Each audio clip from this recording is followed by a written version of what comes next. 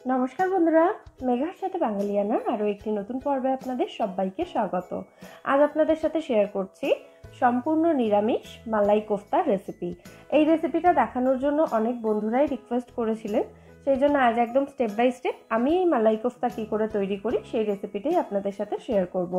আর এই মালাই কোফতা বানানোর জন্য আমি যে ছানাটা ব্যবহার করেছি এটা কিন্তু দুধ কেটে যাওয়ার ফলে যে ছানা তৈরি হয় সেই ছানা দিয়েই আমি বানাচ্ছি।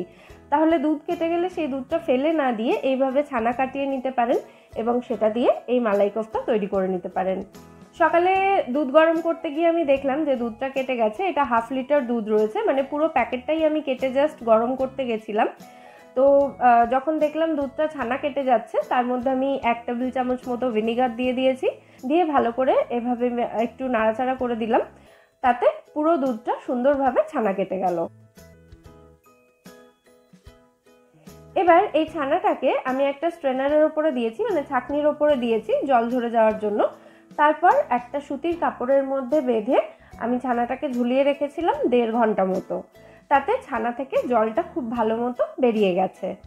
খুব ভালোভাবে জল ঝরিয়ে নেওয়াটা কিন্তু ভীষণই ইম্পর্টেন্ট কোফতা তৈরি করার জন্য। তা না হলে কিন্তু ছানা নরম হয়ে যাবে এবং সেটাকে বাইন্ড করার জন্য বেশি ময়দা ব্যবহার করতে হবে, তাতে কোফতা শক্ত হয়ে যাবে।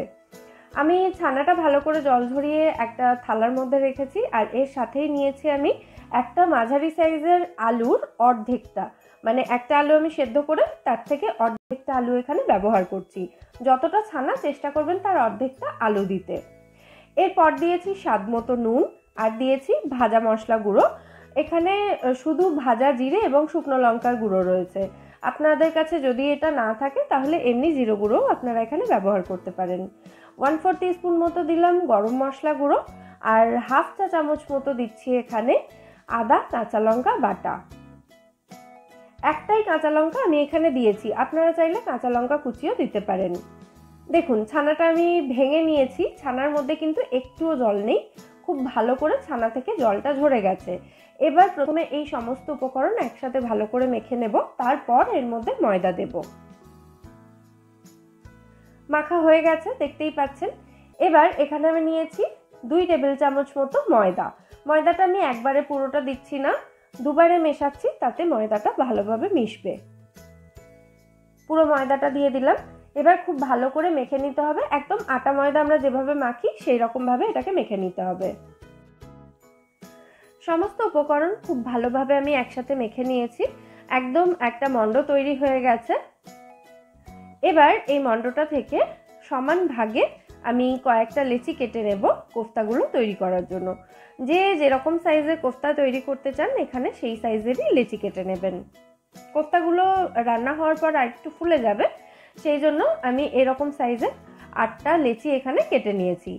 এবার এই এক একটা লেচি হাতের মধ্যে নিয়ে এরকম চ্যাপটা করে তার মাঝখানে আমি একটা করে কিশমিশ দিয়ে দেব।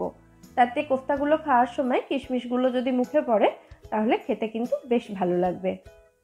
একটা কিশমিশ আমি 2 টুকরো করে কেটে নিয়েছিলাম, সেই কিশমিশটা দিয়ে তারপর কোফতার মুখটা এভাবে সিল করে দিলাম। গোল অথবা চ্যাপটা যে কোনো শেপে আপনারা কোফতাগুলো তৈরি করতে পারেন। দেখুন প্রথম কোফতা এখানে একদম রেডি হয়ে গেছে, আমি আরও একটা তৈরি করে দেখিয়ে দিচ্ছি। আর একই রকমভাবে বাকি সমস্ত কোফতাগুলো আমাদের তৈরি করে নিতে হবে।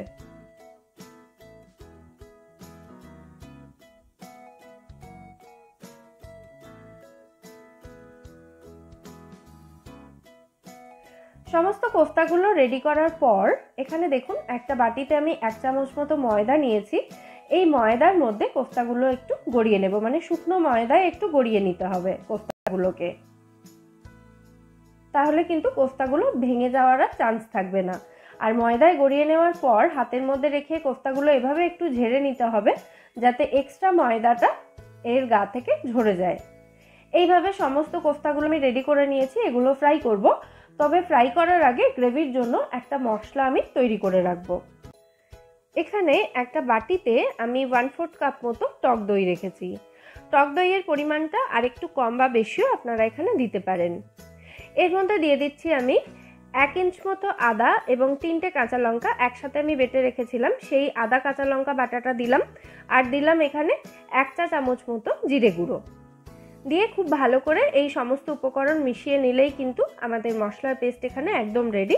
এটা আমরা গ্রেভি তৈরির সময় ব্যবহার করব। তার আগে কোফতাগুলো আমি ফ্রাই করে নেব।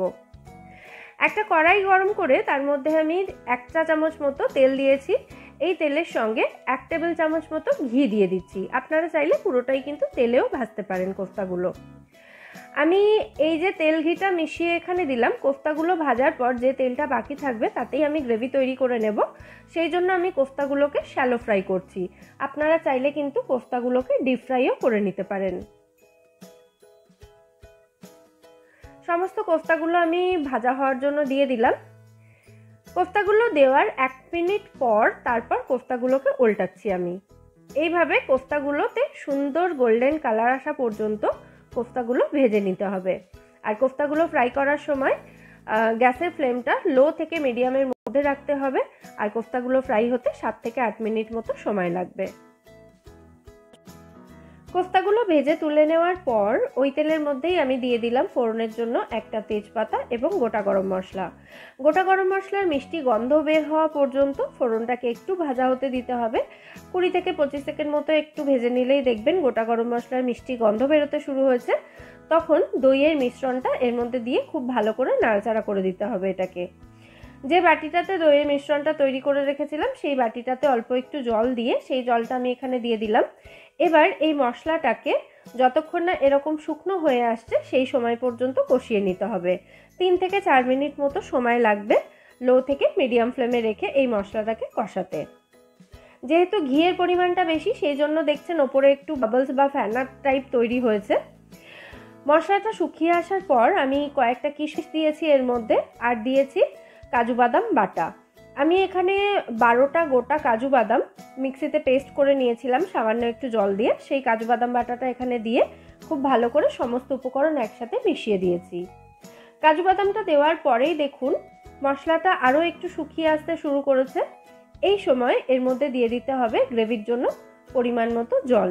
যে যতটা গ্রেভি রাখতে চান সেই অনুযায়ী এখানে জলটা দেবেন। জলটা দেওয়ার পর ভালো করে মিশিয়ে দিয়ে এবার আমি এর মধ্যে দিয়ে দিচ্ছি স্বাদ মতো নুন, সামান্য একটু মিষ্টি। যেহেতু দই দিয়েছি তাই দইয়ের টেস্টটা ব্যালেন্স করার জন্য সামান্য একটু মিষ্টি কিন্তু ভীষণই গুরুত্বপূর্ণ। আর সবশেষে দিয়েছি এখানে 1/4 টিস্পুন মতো গরম মশলা গুঁড়ো। সমস্ত উপকরণ একসাথে ভালো করে মিশিয়ে দিয়েছি আমি। তারপর কড়াইটাকে ঢাকা দিয়ে গ্যাসের ফ্লেমটা লো রেখে এটাকে রান্না হতে দিতে হবে 2 থেকে 3 মিনিট মতো, বা যতক্ষণ না গ্রেভিটা একটু ঘন হয়ে আসছে সেই সময় পর্যন্ত। 2-3 মিনিটই যথেষ্ট। দেখবেন এটা 2-3 মিনিট রান্না করার পরই গ্রেভিটা এরকম ঘন হতে শুরু করেছে, কারণ এর মধ্যে কাজু বাদাম বাটা দেওয়া রয়েছে। গ্রেভিটা ঘন হয়ে যাওয়ার পর আমি এর মধ্যে ভেজে রাখা কোফতাগুলো দিয়ে দিচ্ছি। কোফতাগুলো গ্রেভিতে দেওয়ার পর কিন্তু এটাকে আর খুব বেশিক্ষণ রান্না করা যাবে না, তাহলে কোফতাগুলো একদম নরম হয়ে ভেঙে যাবে। ম্যাক্সিমাম 1 মিনিট গ্রেভির সঙ্গে কোফতাগুলোকে রান্না করে নিতে হবে।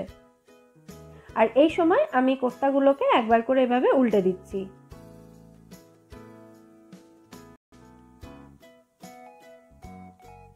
গ্রেভির সাথে কোফতাগুলোকে 1 মিনিট মতো রান্না করে নিয়েছি আমি। তারপর গ্যাসের ফ্লেমটা অফ করে দিয়েছি। আর সবশেষে এর মধ্যে দিয়ে দিচ্ছি আমি 1/2 চা চামচ মতো ঘি।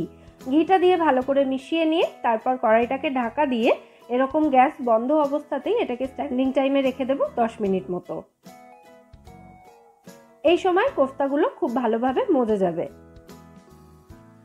আমাদের মালাই কোফতা এখানে একদম রেডি সার্ভ করার জন্য।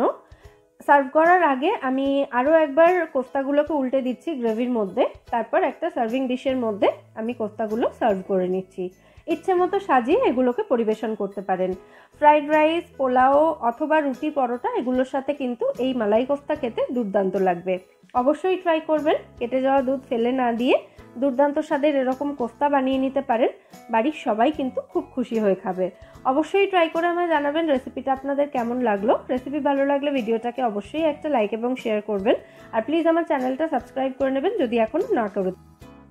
সাবস্ক্রাইব করার সাথে সাথে পাশে থাকা বেল আইকনটাও প্রেস করে দেবেন নিত্য নতুন রেসিপির আপডেট নোটিফিকেশন সবার আগে পাওয়ার জন্য। ফিরে আসবো নতুন কোনো রেসিপি নিয়ে। সবাই সুস্থ থাকবেন, ভালো থাকবেন এবং সবাইকে খুব ভালো রাখবেন।